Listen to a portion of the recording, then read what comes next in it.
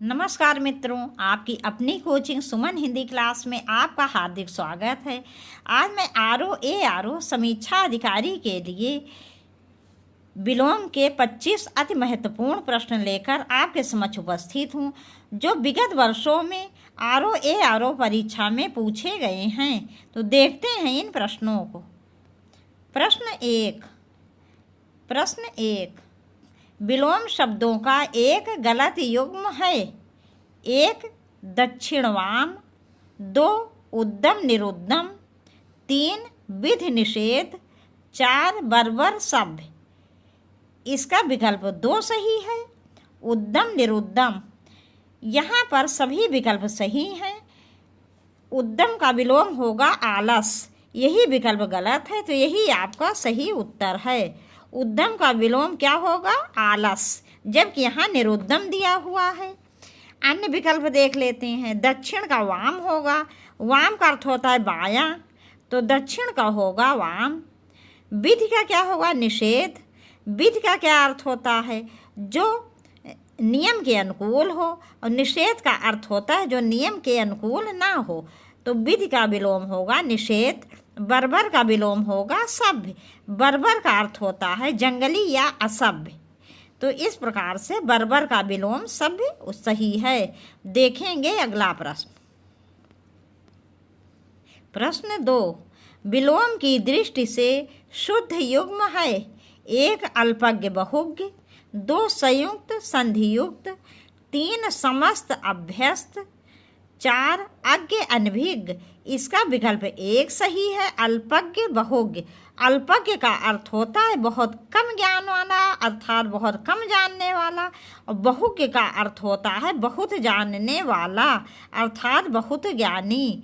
तो अल्पज्ञ का अर्थ क्या है? बहुत ही कम ज्ञान, बहुत कम जानने वाला, और बहुज्ञ इसका उल्टा है, विलोम है बहुत जानने वाला। देखेंगे अगला प्रश्न। प्रश्न 3, विलोम की दृष्टि से एक युग्म अशुद्ध है। 1 सचल चल, 2 निरपेक्ष सापेक्ष, 3 मौलिक अनुदित, 4 बंधन मोक्ष। इसका विकल्प 1 सही है, सचल चल। चल का विलोम अचल होगा।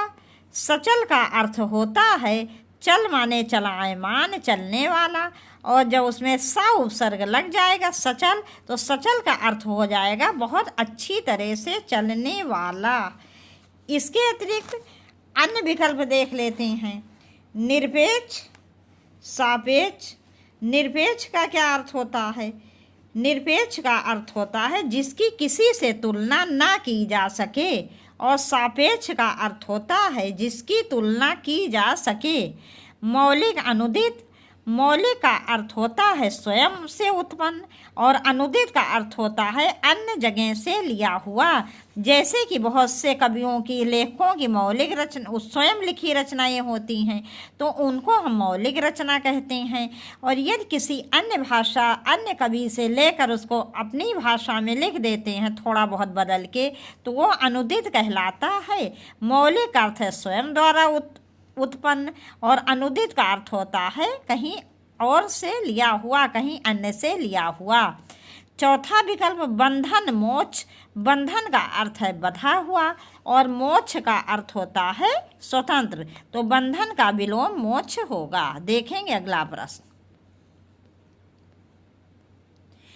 प्रश्न 4, दीर्घायु का विलोम होगा। 1 चिरायु, 2 अल्पायु, 3 नश्वर, 4 क्षणिक। इसका विकल्प 2 सही है, अल्पायु। दीर्घायु माने बहुत अधिक आयु, बहुत लंबी आयु, इसका विलोम होगा अल्पायु। अल्प माने बहुत थोड़ी आयु। अन्य विकल्प देख लेते हैं। चिरायु, चिरायु का अर्थ भी होता है दीर्घायु, इसका विलोम भी अल्पायु होगा। नश्वर, नश्वर का अर्थ होता है जो नष्ट होने वाला हो, इसका विलोम होगा शाश्वत। क्षणिक, क्षणिक का अर्थ क्या है? क्षण भर में बहुत तुरंत जो है नष्ट हो जाने वाला, इसका विलोम भी शाश्वत होगा। देखेंगे अगला प्रश्न। प्रश्न 5, उपमेय का सर्वथा उपयुक्त विपरीतार्थक शब्द है। 1 अनुपमेय, 2 अतुलनीय, 3 अनुपम, 4 अनुपमित, इसका विकल्प 1 सही है। अनुपमेय। अतुलनीय का विलोम क्या होगा? तुलनीय। अतुलनीय का अर्थ होता है जिसकी तुलना ना की जा सके, और तुलनीय का अर्थ होता है जिसकी तुलना की जा सके।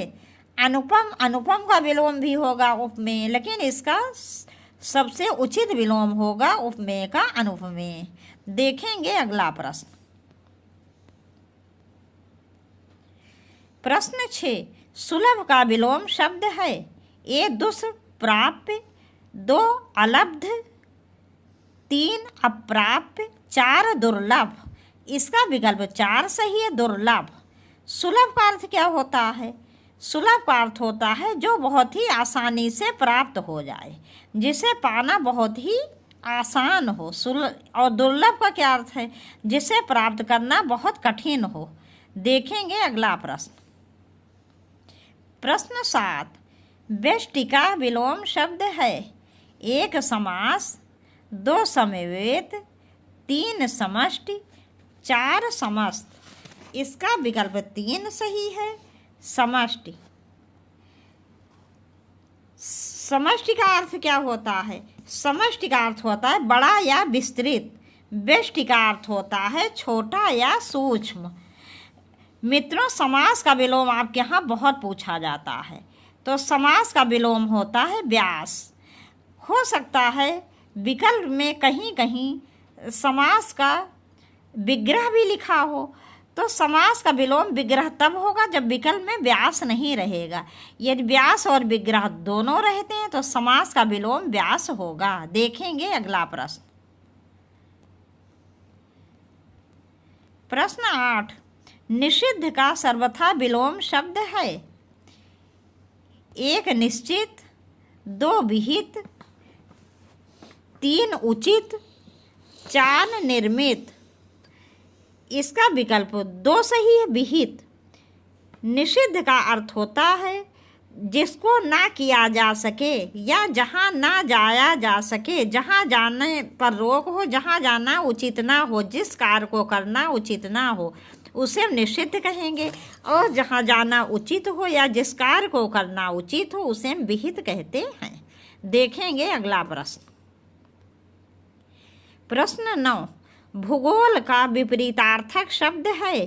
1 इतिहास, 2 अंतरिक्ष, 3 ध्रुवगोल, 4 खगोल। इसका विकल्प 4 सही है, खगोल। भूगोल का विपरीतार्थक शब्द खगोल होता है।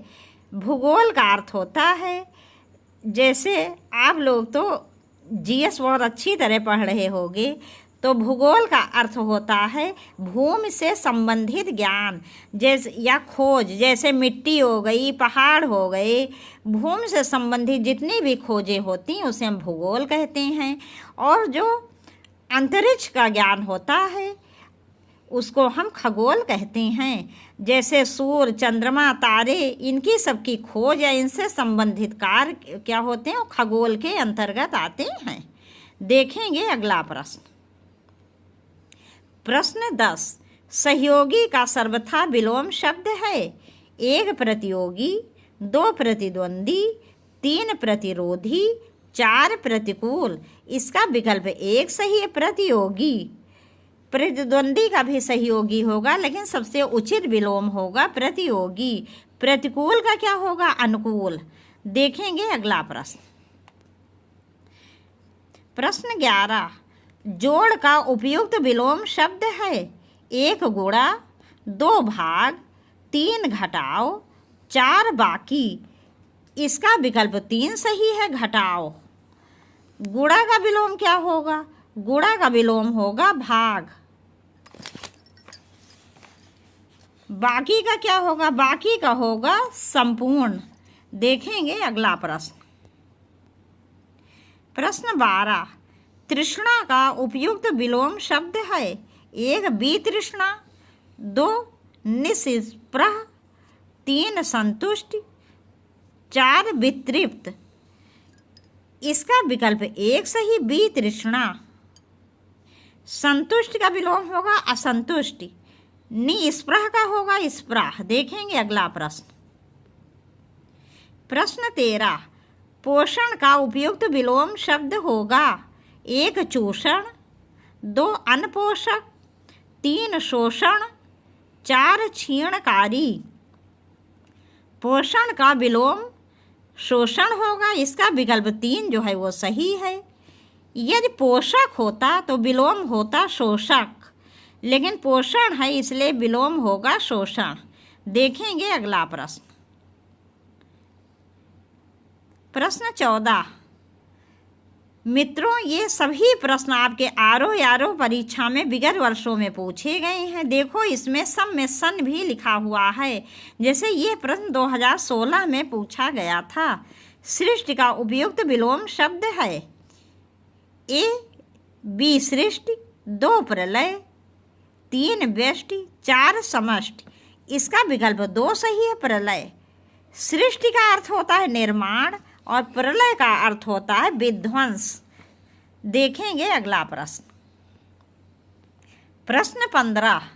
आज्ञ का विलोम शब्द है 1 विज्ञ, 2 यज्ञ, 3 सर्वज्ञ, 4 अनंग। इसका विकल्प 1 सही है, विज्ञ। विज्ञ का अर्थ होता है बहुत कुछ जानने वाला, ज्ञानी, और आज्ञ का अर्थ होता है जो कुछ भी ना जानता हो। अगला प्रश्न। प्रश्न 16।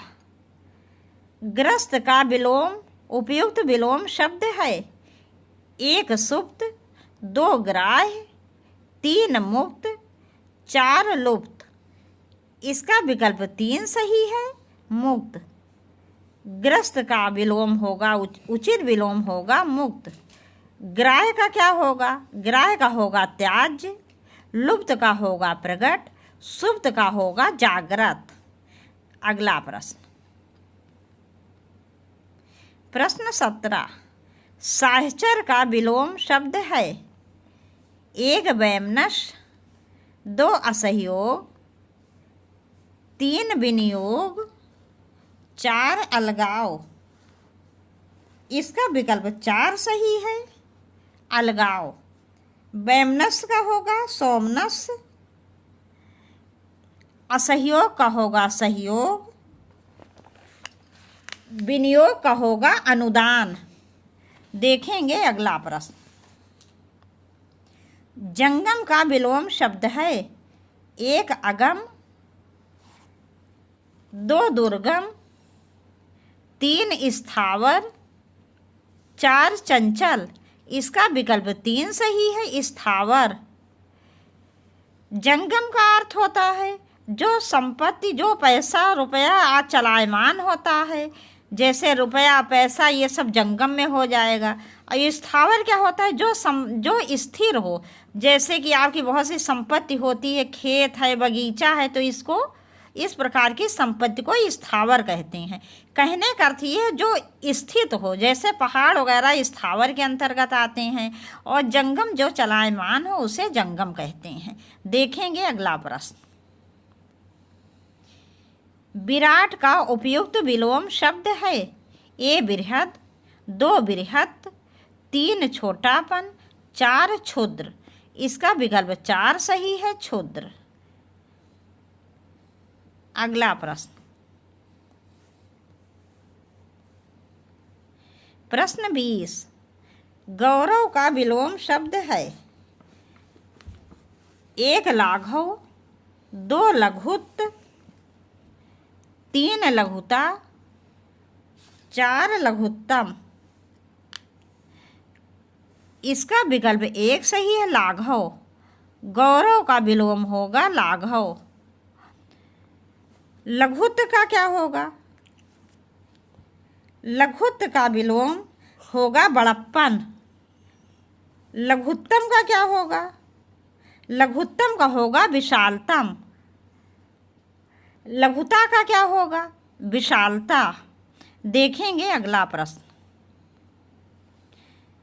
प्रश्न 21। ईप्सित का विलोम शब्द है 1 अभिषिप्त, 2 अनीप्सित, 3 परोपसित, 4 सुनीप्सित। इसका विकल्प 2 सही, अनीप्सित।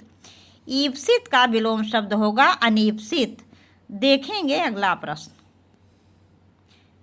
प्रश्न 22, बहिरंग का उपयुक्त विलोम शब्द है। 1 सर्वांग, 4 अंतरंग, 3 चतुरंग, 4 अभयंग।